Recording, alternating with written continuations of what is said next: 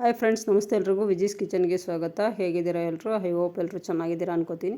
ನಾನಿವತ್ತು ದೊಡ್ಡ ಮೆಣಸಿನ್ಕಾಯಿ ಮತ್ತು ಮೊಟ್ಟೆ ಯೂಸ್ ಮಾಡ್ಕೊಂಡು ಫ್ರೈಡ್ ರೈಸ್ ಮಾಡ್ತಿದ್ದೀನಿ. Bell pepper and egg fried rice.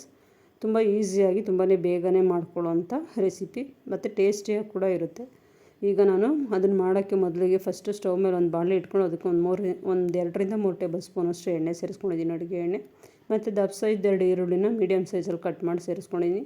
ಒಂದು 3ರಿಂದ 4 ಹಸಿರು ಮೆಣಸಿನ್ಕಾಯಿ ಫ್ಲೇವರ್ಗೋಸ್ಕರ ಸೀಡಿ ಹಾಕ್ಕೊಂಡಿದ್ದೀನಿ ಕಟ್ ಮಾಡಿ.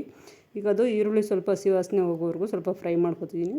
ಈಗ ಇದಕ್ಕೆ ಕೊತ್ತಂಬರಿ ಮತ್ತು ಪುದೀನ ಪೇಸ್ಟ್ ಒಂದು ಅರ್ಧ ಟೇಬಲ್ ಸ್ಪೂನು ಮತ್ತು ಶುಂಠಿ ಬೆಳ್ಳುಳ್ಳಿ ಪೇಸ್ಟು ಒಂದು ಅರ್ಧ ಟೇಬಲ್ ಸ್ಪೂನು ಹಾಕಿದ್ದು ಸ್ವಲ್ಪ ಹಸಿ ವಾಸನೆ ಹೋಗೋವರೆಗೂ ಸ್ವಲ್ಪ ಫ್ರೈ ಮಾಡ್ಕೊತೀನಿ. ನೀವು ಇನ್ನೂ ಯಾರೆಲ್ಲ ನನ್ನ ಚಾನಲ್ ಸಬ್ಸ್ಕ್ರೈಬ್ ಮಾಡಿಲ್ಲ, ದಯವಿಟ್ಟು ಸಬ್ಸ್ಕ್ರೈಬ್ ಮಾಡ್ಕೊಂಡು ನೋಡಿ. ವೀಡಿಯೋಗೊಂದು ಲೈಕ್ ಕೊಡಿ, ನಿಮ್ಮ ಫ್ರೆಂಡ್ಸ್ಗೆಲ್ಲ ಶೇರ್ ಮಾಡಿ. ಹೊಸ ಈಸಿ ರೆಸಿಪೀಸ್ಗಾಗಿ ವಿಜೀಸ್ ಕಿಚನ್ನ ಸಬ್ಸ್ಕ್ರೈಬ್ ಮಾಡ್ಕೊಂಡು ಫಾಲೋ ಮಾಡೋದನ್ನು ಮರಿಬೇಡಿ. ನಿಮ್ಮ ಅನಿಸಿಕೆ, ಅಭಿಪ್ರಾಯಗಳು, ಸಲಹೆ ಸೂಚನೆಗಳು ಏನಿದ್ರು ಕಮೆಂಟ್ ಬಾಕ್ಸಲ್ಲಿ ಹಾಕಿ. ನೋಡಿ, ನಾನು ರೆಡ್ ಕಲರು ಮತ್ತು ಯೆಲ್ಲೋ ಕಲರ್ ಎರಡದು ದಪ್ಪ ಮೆಣಸಿನ್ಕಾಯಿ, ಅಂದರೆ ನಾವು ಕ್ಯಾಪ್ಸಿಕಮ್ ಅಂತ ಹೇಳ್ತೀವಲ್ಲ, ಗ್ರೀನ್ ಕಲರ್ ಬದಲು ನಾನು ಯೆಲ್ಲೋ ಕಲರ್ ಮತ್ತು ರೆಡ್ ಕಲರ್ ಕ್ಯಾಪ್ಸಿಕಮ್ನ ಯೂಸ್ ಮಾಡ್ತಿದ್ದೀನಿ. ಇದನ್ನು ಹಾಕಿ ಸ್ವಲ್ಪ ಹಸಿ ಸ್ಮೆಲ್ಲು ಹೋಗೋವರೆಗೂ ಇದನ್ನ ಸ್ವಲ್ಪ ಚೆನ್ನಾಗಿ ಹುರ್ಕೋತಿದ್ದೀನಿ, ಅಂದರೆ ಫ್ರೈ ಮಾಡ್ಕೋತಿದ್ದೀನಿ. ಇದು ಚೆನ್ನಾಗಿ ಫ್ರೈ ಆಗಬೇಕು. ಮೀಡಿಯಮ್ ಫ್ಲೇಮಲ್ಲೇ ಇಟ್ಕೊಂಡು ಫ್ರೈ ಮಾಡ್ಕೋತೀನಿ.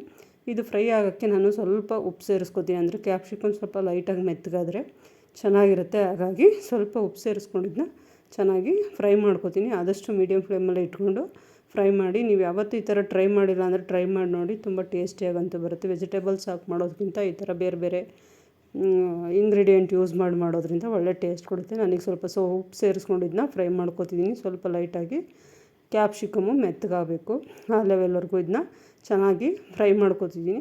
ನಿಮ್ಮ ಅನಿಸಿಕೆ, ಅಭಿಪ್ರಾಯಗಳು, ಸಲಹೆ ಸೂಚನೆಗಳು ಏನೇ ಇದ್ದರೂ ದಯವಿಟ್ಟು ಕಮೆಂಟ್ ಬಾಕ್ಸಲ್ಲಿ ಹಾಕಿ. ಹಾಗೆ ದಯವಿಟ್ಟು ಸಬ್ಸ್ಕ್ರೈಬ್ ಮಾಡ್ಕೊಂಡು ನೋಡಿ, ದಯವಿಟ್ಟು ಸಪೋರ್ಟ್ ಮಾಡಿ ಫ್ರೆಂಡ್ಸ್. ಈಗ ನಾನು ಇದಕ್ಕೆ ಮೊಟ್ಟೆ ಸೇರಿಸ್ಕೊತಾ ಇದ್ದೀನಿ. ನಾನು 4 ಜನಕ್ಕೆ ಮಾಡ್ತಾ ಇರೋದ್ರಿಂದ 4 ಮೊಟ್ಟೆ ಸೇರಿಸ್ತೀನಿ. ನಿಮ್ಮ ಇಷ್ಟ, ನೀವು 4 ಜನಕ್ಕೆ 8 ಮೊಟ್ಟೆ ಬೇಕಾದರೂ ಸೇರಿಸ್ಕೊಂಡು ಮಾಡ್ಬೋದು. ನಿಮ್ಮ ಅನುಕೂಲ ಹೇಗಿರುತ್ತೋ ಹಾಗೆ ಮಾಡ್ಕೊಳ್ಳಿ. ಈಗ 4 ಮೊಟ್ಟೆ ಸೇರಿಸ್ಕೊಂಡು ಇದು ಹಸಿ ಸ್ಮೆಲ್ ಹೋಗಬೇಕು, ಅಂದರೆ ಮೊಟ್ಟೆದು ಹಸಿ ವಾಸನೆ ಏನಿರುತ್ತೆ ಅದು ಹೋಗೋವರೆಗೂ ಇದನ್ನು ಅಷ್ಟೇ ಮೀಡಿಯಮ್ ಫ್ಲೇಮಲ್ಲೇ ಇಟ್ಕೊಂಡು ಗ್ಯಾಸ್ನ ನೀಟಾಗಿ ಇದನ್ನ ಫ್ರೈ ಮಾಡ್ಕೊತೀನಿ. ಅಂದರೆ ಮೊಟ್ಟೆ ನೀಟಾಗಿ ಪುಡಿ ಥರ ಆಗಬೇಕು, ಆ ಥರ. ಹಾಗಾಗಿ ಇದನ್ನ ಚೆನ್ನಾಗಿ ಸ್ವಲ್ಪ ಮೀಡಿಯಮ್ ಫ್ಲೇಮಲ್ಲೇ ಇಟ್ಕೊಂಡು ಫ್ರೈ ಮಾಡ್ಕೊತೀನಿ. ಮೊಟ್ಟೆ ಹಾಕಿದ್ಮೇಲೆ ಉರಿ ಜಾಸ್ತಿ ಮಾಡಿದ್ರೆ ತಳ ಹತ್ತಿಬಿಡುತ್ತೆ, ಅಂದರೆ ತಳ ಸಿಗುತ್ತೆ. ಹಾಗಾಗಿ ಸ್ವಲ್ಪ ಮೀಡಿಯಮ್ ಫ್ಲೇಮಲ್ಲೇ ಇಟ್ಕೊಂಡು ಮಾಡಬೇಕು. ಇದನ್ನು ನೀಟಾಗಿ ಒಂದು ಸ್ವಲ್ಪ ಸಣ್ಣ ಪುಡಿ ಆಗಬೇಕು ಮೊಟ್ಟೆ, ಆ ಲೆವೆಲ್ವರೆಗೂ ನೀಟಾಗಿ ಇದನ್ನ ಫ್ರೈ ಮಾಡ್ಕೊತೀನಿ. ನೋಡಿ, ಈಗ ನೀಟಾಗಿ ಪುಡಿ ಆಗ್ತಾಯಿದೆ. ಈಗ ಆಲ್ಮೋಸ್ಟ್ ಇದು ಆಗ್ತಾ ಬಂತು. ಈಗ ಇದಕ್ಕೆ ನಾವು ಏನು ಮಾಡ್ತೀವಪ್ಪ ಅಂದರೆ, ಏನೇನು ನಾವು ಇದೇನು ಹಾಕ್ತೀವಿ ಅಂದರೆ, ಟೊಮೊಟೊ ಸಾಸ್ ಸ್ವಲ್ಪ, ರೆಡ್ ಚಿಲ್ಲಿ ಸಾಸ್ ಸ್ವಲ್ಪ ಮತ್ತು ಸೋಯಾ ಸಾಸ್ ಸ್ವಲ್ಪ. ನಮಗೆ ಟೇಸ್ಟ್ ಫ್ಲೇವರ್ಗೆ ಎಷ್ಟು ಬೇಕೋ ಅಷ್ಟು ಹಾಕೋತೀವಿ.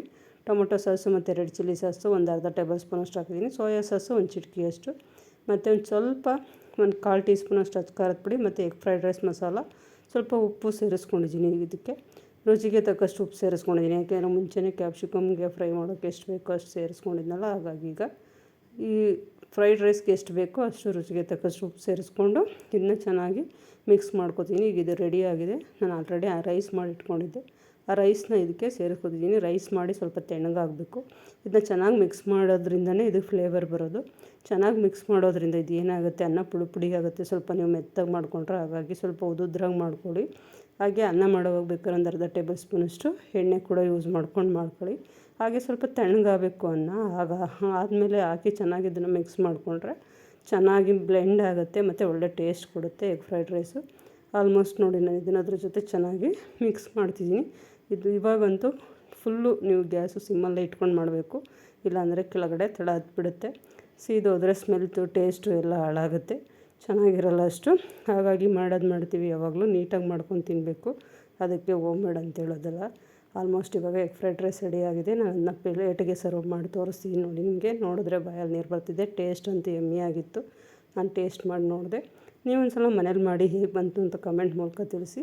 ಯಾವಾಗಲೂ ಒಂದೇ ಥರ ಮಾಡೋದಕ್ಕಿಂತ ಈ ಥರ ಡಿಫ್ರೆಂಟಾಗಿ ಏನಾದರೂ ಮಾಡ್ತಿದ್ರೆ ಮಾಡೋಕ್ಕೂ ಖುಷಿ ಇರುತ್ತೆ, ನೋಡೋಕ್ಕೂ ಖುಷಿ ಇರುತ್ತೆ, ಮತ್ತು ಮನೇಲಿ ತಿನ್ನೋರ್ಗೂ ನಮಗೂ ಒಳ್ಳೆ ಖುಷಿ ಇರುತ್ತೆ.